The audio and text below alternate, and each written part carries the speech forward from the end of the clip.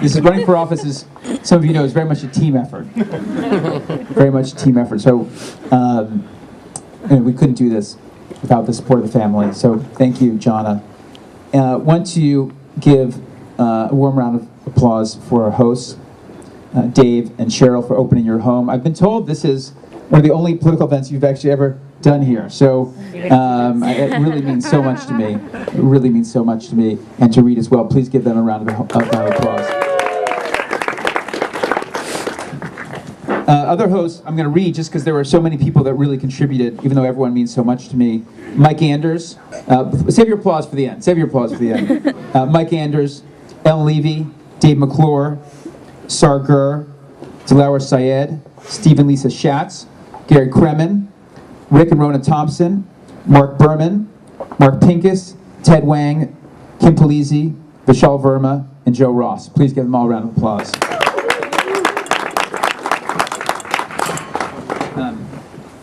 And also some special guests, some elected officials.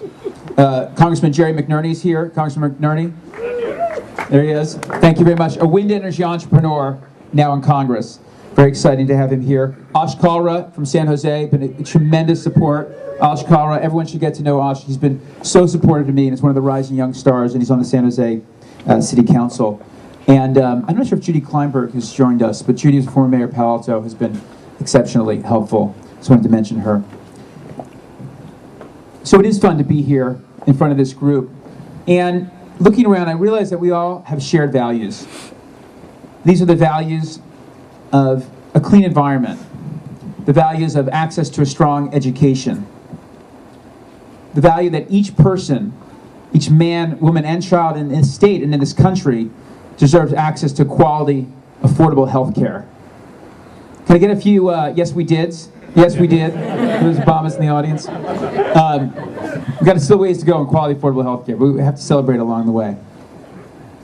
And I've lived those values for the last 20 years. I've done it by creating things like Full Circle Fund with many of you here in the room, saying, hey, let's bring together a lot of the young business leaders and nonprofit leaders and work together, pull together our time and our money, say, hey, what are the most innovative ideas in education, in affordable housing, in closing the digital divide? And how can we support them with time and money? And we're about to celebrate our 10th year anniversary of that effort. And things like, going back to my time at Red Point or starting New Cycle Capital with Ben Black, funding companies like O-Power, where the president came to speak at a couple weeks ago to deliver his message about the economy and how green jobs are the jobs of the future. And so it's been my privilege to serve in those efforts. But these values really came home to me when we had our own kids. My son Aaron, some of you know, who's 4, and my daughter Sophie, who's 5.5. 3/4. Oh, yes, thank you. You gotta remember, 3/4. I have something she gave me here for good luck today. And I want them to have access to the same great public education that I had. And I want all kids in California to have access to a great public education and have access to the opportunities that we all had. And I'm running to make sure that that happens. I feel like we've got the experience and background that California needs right now. So whether it's been my time in the Capitol or my time creating green jobs, have a proven ability to bring new ideas and fresh perspectives to big problems. So I want to just talk for a minute about 3 of my priorities. Those are jobs, and I think green jobs are one of the fastest ways to get there. Second, education. This is, I just get very passionate about. I think what we're doing right now is it's a moral wrong, it's an economic wrong, and we're literally destroying the future of our state. And lastly, changing the way business is done in Sacramento. So just to touch on each of these for a moment. A job creation, to get out of this budget mess in California, and it's a big mess. We went and asked the research service up in Sacramento, we said, what is the impact of 100,000 good-paying jobs in this state? And they came back and told us the impact is $2.2 billion positive impact on the state budget to create 100,000 good-paying jobs. So I believe the next generation of assembly people have to view their jobs differently. And that's because of the way our tax structure is set up right now. We're very income tax dependent, capital gains dependent. The way out of this is by creating jobs. And we've got a lot of ideas how to do this. Many of you, we've worked with an innovation economy And we know how to create jobs in the innovation economy and make California a better place for your companies. And then also the green jobs sector.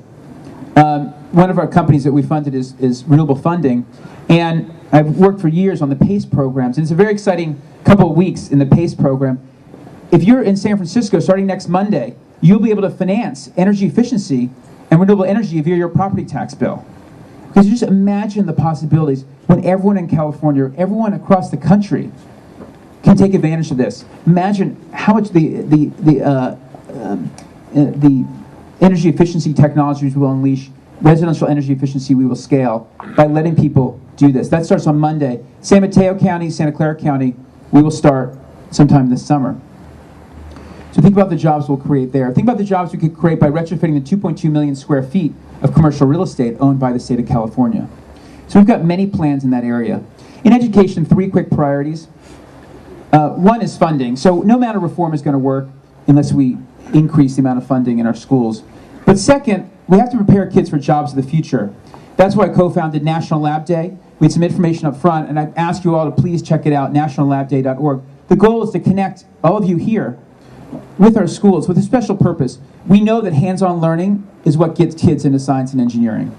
All the studies show that, and we need to encourage that. So ultimately, we want all our schools to move towards hands-on learning. National Lab Day, we start out with a giant matching process, matching kids in our school with people in the community, scientists and engineers, who want to engage in hands-on learning projects and help out in the schools. So please, we need you all to sign up for that. Brian Kaplan, sitting right there, who's helping us out on that effort, works with Silicon Valley Education Foundation. And universal preschool is critical. We know that if kids are on track by 3rd grade, they tend to stay on track. If they're not, they don't. And lastly, higher education. That's a huge priority to me. Jim Kosh and I were talking about earlier. I'm on the treasurer and board of trustees of UC Merced, because that was important. We've changed the college aspirations of kids in the Central Valley, but we're going to backtrack unless we continue to support it. Lastly, changing the way business is done in Sacramento. Well, I'll elaborate this later if you guys want, but 3 quick things around the budgeting process, the initiative process, and changing the 2/3 rule. Those are 3 of our priorities there. Underlying this all is technology. So I'll just take for a minute about what I think we can do, and we'll look forward to talking to many of you here who work in these areas, what we can do in government with technology. Just 4 quick things. One is openness and transparency. So in 2010, if something is public, it should mean online. Second, citizen participation. Other states are doing some actually interesting work. The New York Senate and Tennessee is doing some very interesting work in this effort. We've got a lot that we can learn and implement here. Third, collaboration. Our government in Sacramento is literally, we're technologically illiterate. No example is better than we can't get Wi-Fi in the state capitol. Okay, that's a perfect example. And all the systems don't talk to each other. And so we need to allow people to collaborate within government as well as connect with the expert networks that we're creating out there in the world. And lastly, efficiency and effectiveness. Basically taking the technologies that we all create and taking them to government and letting government actually use these technologies to make things more efficient and more effective. So those are some of the key priorities. I'm happy to talk about them later.